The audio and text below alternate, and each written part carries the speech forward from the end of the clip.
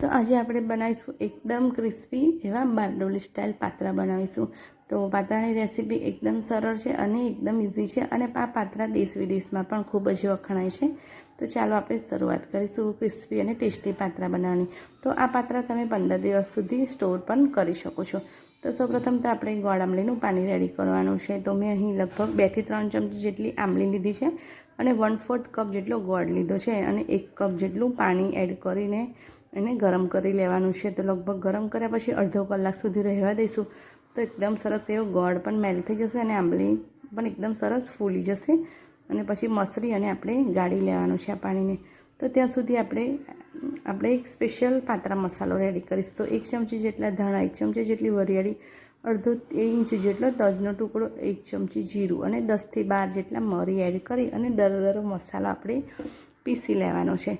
તો આ મસાલો ખૂબ જ સરસ છે અને આ મસાલો એડ કરવાથી પાત્રાનો ટેસ્ટ એકદમ સરસ બહાર જેવો જ આવે છે, સેમ ટુ સેમ। તો આ રીતે તમે પાત્રા પણ બનાવી શકો છો।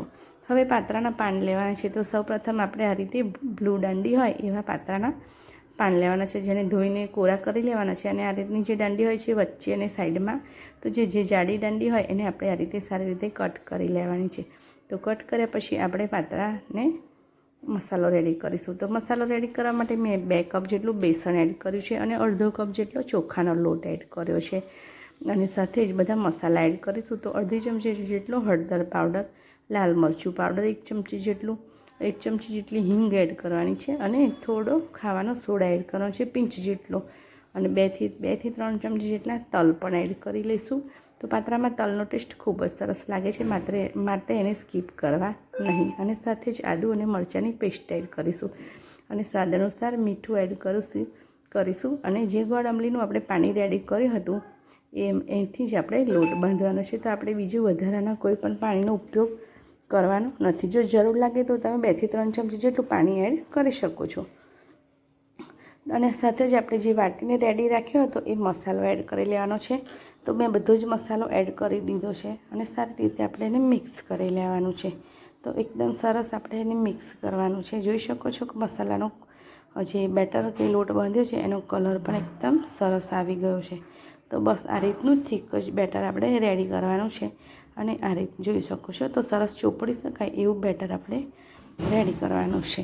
તો બસ હવે આપણે આ પાત્રાને રેડી કરી કાપીને જે સાફ કરી રાખ્યા હતા એના પર આપણે હવે ખીરું આ રીતે ચોપડી લઈશું। તો તમે જોઈ શકો છો હું જે રીતે ચોપડું છું બસ એ રીતે તમારે પણ ખીરુંને પાત્રા પર સ્પ્રેડ કરવાનું છે અને એક પર એક મૂકીને 2 થી 3 પાત્રાના પાનને આ રીતે ખીરું ચોપડી લેવાનું છે। તો ખીરું થોડું થીક જ ચોપડવાનું છે જેથી કરીને તળતા સમયે એકદમ સરસ ક્રિસ્પી બને।